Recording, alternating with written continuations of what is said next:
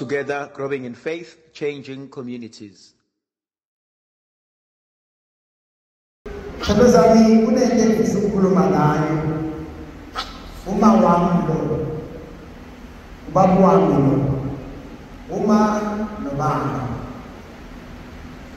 ukuze kwazi ukuba umuntu uma unama XX chromosomes ubaba unama XY chromosomes 23 ovela ma 23 ovela baba iwona ongenza umuntu. So I need 23 from mom, 23 from ubaba ukuze kwazi.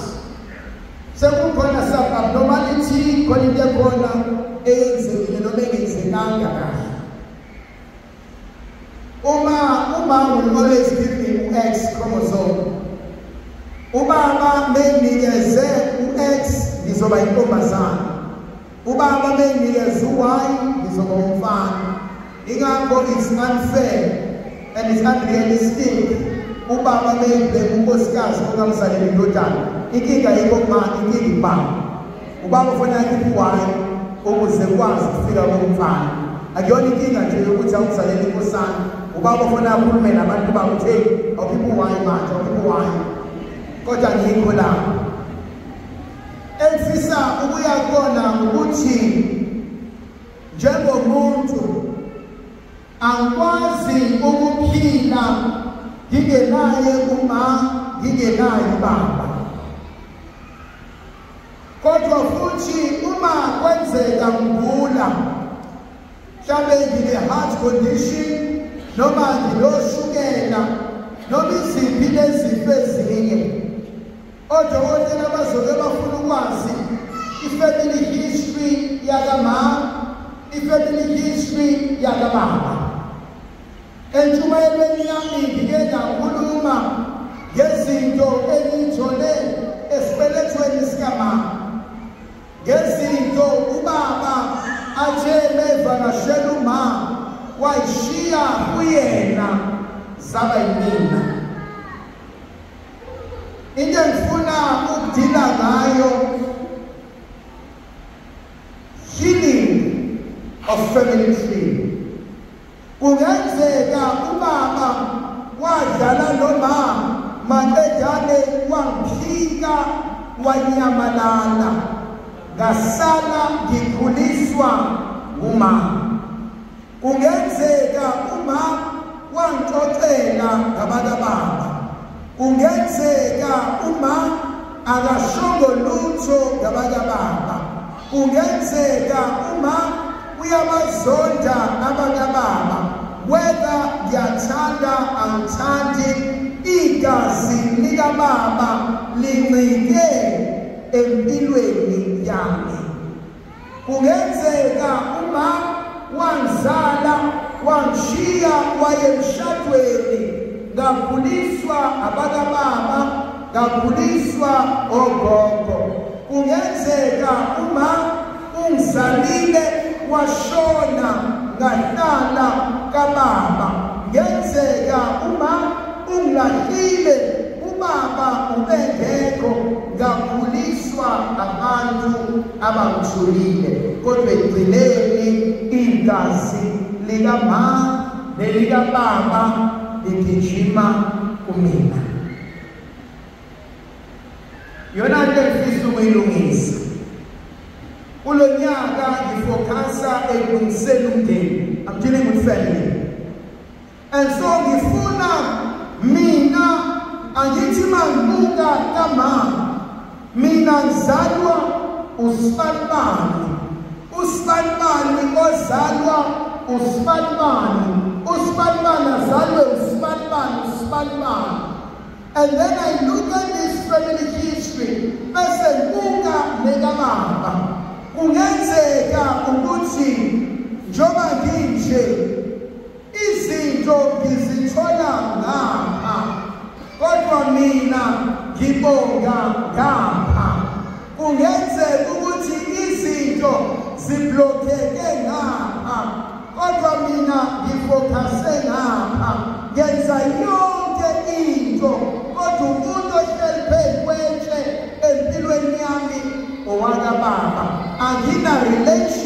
nabo angifuni futhi ukuthi hamba uye khona kodwa ngithembiseni asibabizeni sizohlambulula abantu benesizwe esisana thandwa sami nanguma sondela mama nanguba sondela baba uma uyangikhulelwa uyamitha uma engakashadi nobaba ngizalwe uma nobaba sebeshadile ngingane yakulephile ndawo yakomalume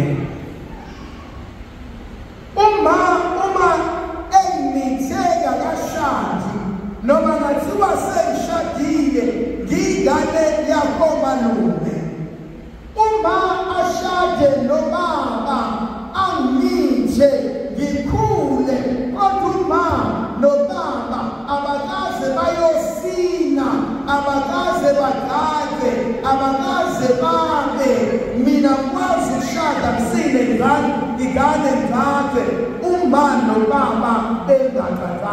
And so you soon realize kunezinto zalabantu ezindesela mina yena nefuna ukuphila ngayo mangikhulekela imideni kunezinto ubaba ayishiyelwa ugogo nomkhulu wakhe esiyibiza ngabafana athi ugogo nomkhulu lezinto ngishiyela wena sibanibani ngokuyinkosana athi lezinto zohlezi zidliwa noma ithathwa amakhosana ala ekhaya ubaba azale mina mandedana baleke kodwa kusayinkosana angiyazi ikhuba yakubo mina ngikhuliswa umama nobaba kodwa isibusiso nesibopho nesiqalekiso samakhosana esehlela yena ngaba inkosana yakhe ngiphume naso ngoba ngiyinkosana and yet ngishawa izinto zomuntu engingazazi nayizinto ukukhuluma ngayo.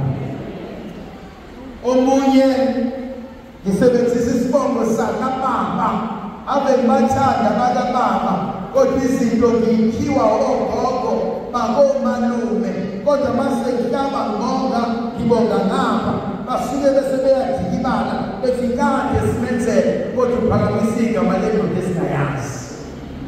Ngiyabonga mama ubaba. So njalo nge-first Friday ngolesihlanu lokuqala ngikhetha ulesihlanu lokuqala enyangeni ngoba lungesihlanu lokudumisa inhliziyo egcwele kaJesu. uJesu othe enguNkulunkulu wazalwa uMaria hayi ngentando yenyama. Ngizocela kuyena-ke asixazululele izinto ezizalelwe ngazo.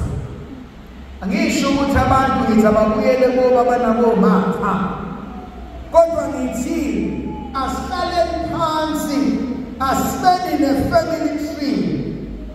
Mina ngivelaphi, mina ngizalwa obani, babenzani, babebangaki. Ezinye zalezinto siyazazi. Akuweni inkosana yala ekhaya.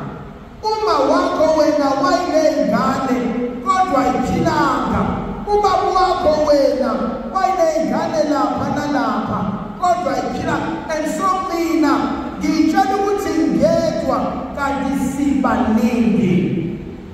Omunye uthe emncane eqeda ukubelethwa ingubo ayigqokile wagqoka ingubo zengane u-anti ayikhulelwe ethe uzozipha ingane yakhe kodwa ingane eseyithengile ayaze eyayigqoka ngoba yashona. Omunye agqokiswa iy'ngubo zengane yakubo eyayigqoka yathi siyancane sagijima yashayiswa imoto yashona. And lezi y'ngane nalezi y'ngubo ey'ngahlanjululwanga zagezwa sey'mboza lo. And so ngakhula mina ngingedwa ngakhula nomfowethu nodadewethu manje izinto kuthiwa wena awubongi ngoba kuba khona lo ohleze kusiza kodwa izinto awumboni wena abantu abakufuni ngoba unamathelwe ingane esayidolisa engagezwanga hence uyibona unesidina kubantu awuthakathwa umuntu ilabantu ohamba nabo abagcolile. That's the only thing emfundo yenza ukuzohlambulula imindeni. So inkonzo yokuqala engizoyenza ingoLwesihlanu ngomhla ka7 ngo6 ntambama, breaking of family curses. Yasazi isiqalekiso sakini, yasazi isibopho sakini, yasazi izinto ezilimazayo niyimndeni. Uzalokho nje uNkulunkulu kunenkonzo esizoyenza, kunezinto esizozenza ukuzama ukulungisa leso simo. And throughout the year ziningi inkonzo esizozenza ukudila nemindeni.